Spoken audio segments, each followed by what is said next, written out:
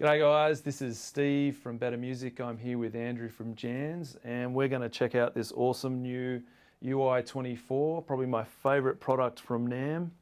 What do you think, Andrew? What do you think are some of the major points on it? Yeah, what I'd just like to talk to you about, Steve, is just some of the differences probably between the Ui24 and the Ui16 and 12, which we've had for a little while. So some of the upgrades we've got on the Ui24, it now is a fully featured multi-track recorder.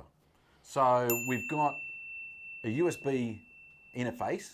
So I guess you can run that with your DAW. Yeah, so plug that into your DAW, and it's a 32-channel USB interface, which is really now making it a bit of a cross product.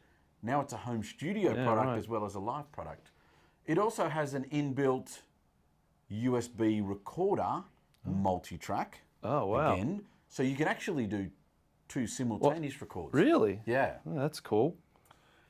Obviously, 20 mic preamps. They are designed by Studer because part of the great Harman family, so they can lend on their friends. Featuring 8 outputs, okay. Unlike the Ui16 and 24, Steve, you can't toggle the headphones. The headphones are dedicated. Right. So it is the 8 outs plus your left, right. And one of the other major ones, they've added 5 gig to your 2.4 wireless. So it is 2.4 and 5 Dual gig. band, Yep. okay, and that's all configurable within the unit. Okay. And obviously you've still got your options to run a bit of blue string. It's got the Ethernet port on it for those people that want that extra security. Sure. So that's probably the main overviews. Okay. Obviously the GUI interface, for any of you at home that are not familiar with it, it's a HTML browsing interface. So you can browse to the unit. So just to clarify that, instead of going on to your device and buying an app, in this case, it directly communicates with the device itself. Yeah, you connect to the unit, and if we had an iPad or something, you'd browse to it, just opening Safari or Google Chrome or any of those, and it opens up in the unit. One of the other great features about the Ui24, and what we're actually showing here, and I can turn faders up and down, this is just a touch screen. So this is a Dell touch screen. There's no computer here, and it's just got a HDMI cable and a USB cable, and I can now use this as a standalone setup, and I'm not using an iPad or anything like that. I can use the iPad to be remote, but now I've got a fixed setup. And these are a lot more cost effective than, say, a standalone controller unit or something. Yeah, this touch screen, I think it cost me just on $400. Yeah, right. That's cheaper than buying an iPad. That's awesome. And obviously, it's a large interface. Yeah. I've actually been using it at home in the studio like this, and I love it. It's it's very tactile. It's all in front of you. Okay. One of the other major things as well, obviously, because now we've got microphone preamps and we've got USB interfaces and things, they've obviously also included patching now. So I can patch from my local inputs, whether it's USB-A, USB DAW per channel. Sure. And they've given us a soundcheck mode, which literally, as you'd want to do, you've been playing a gig, Steve, and I've recorded the soundcheck, couple of songs, and you guys go, hey, can we have a listen out the front? I can just hit soundcheck mode, and it pulls all those inputs straight off the USB stick. I don't have to sit there and patch them one for one. It's very quick and easy to do. And that's kind of like a lot of major touring bands now will come and do one sound check. They save that sound check, so you don't need to go back. You just, as the sound guy, can then play it back, set up the levels, and then the guys just come in and play pretty much. Yeah, well, it does mean, if you guys can hang out in the green room and drink the rider and do sound check without you. So, nice. So it's a great feature. Cool.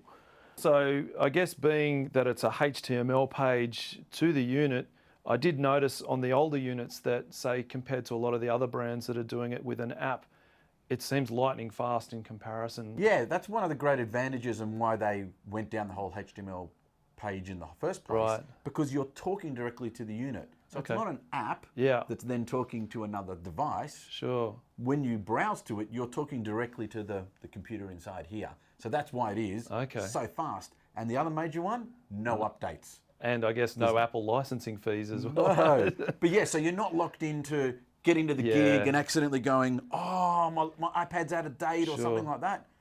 So just browse to it. How many instances of wireless devices can you run with this? Say we've got one like this type of thing for front of house, and then the guys in the band want individual. So on the units, they say it'll support up to 10. Right. Okay. That's plenty, isn't it? Which is plenty. Yeah. And obviously, when you are starting to hand them around the band, there are some things like there's the More Me setups, yeah. where you can just literally, it's as simple as a slider. Right. So there's some great user interfaces to make it simple for those musicians that don't want everything in front of them. No more, can I have some more Me in the fallback? You just do it yourself on your phone or device. Yeah, that's awesome. So obviously with the unit, Steve, you can rack mount it. Okay, and one of the great things that they've done this time round is they've put an IEC on it, so there's no plug pack.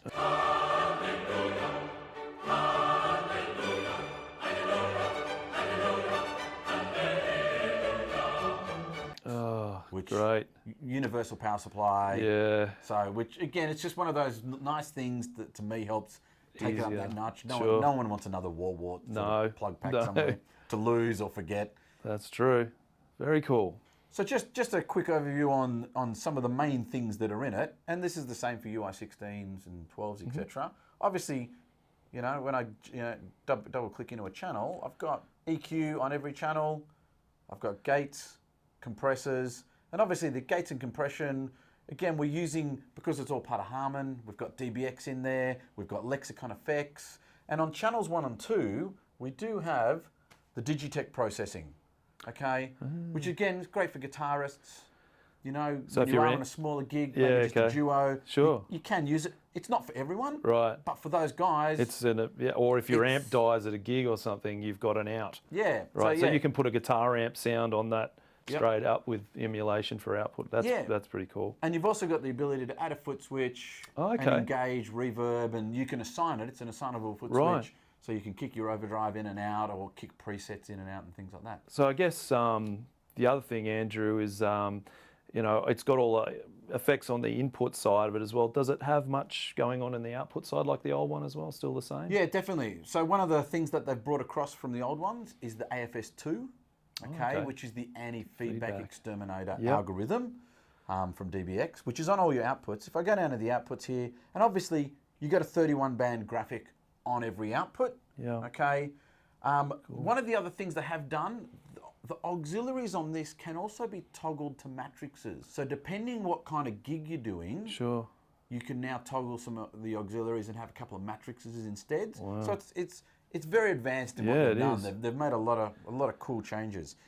It's got an RTA when you engage as well, so I can engage the RTA and get in here and start manipulating my graphic equalizer. And obviously the AFS2, I can go in and set it up and engage that as well. So just so everybody knows, the RTA is a real-time analyzer, so it'll show you a physical representation of the frequencies that are going on, and if you need to cut or boost something like a bad feedback frequency, you physically do exactly that. You can store it. I guess that's the other part too. All of this is storable, so if you've got a specific gig or multiple gigs, you can save them as duo, full band, however you want to do it. Yeah, you can save snapshots and all of that aspect. On the outputs as well, just to quickly cover off, we've got compression on all your outputs and things like that, and we've also got delay on outputs now. Oh, so okay. Do a time alignment. Bit of time aligning if we are doing some speaker setups and things like that. Wow. So a lot of nice little new things that really make it a very, serious package. Yeah.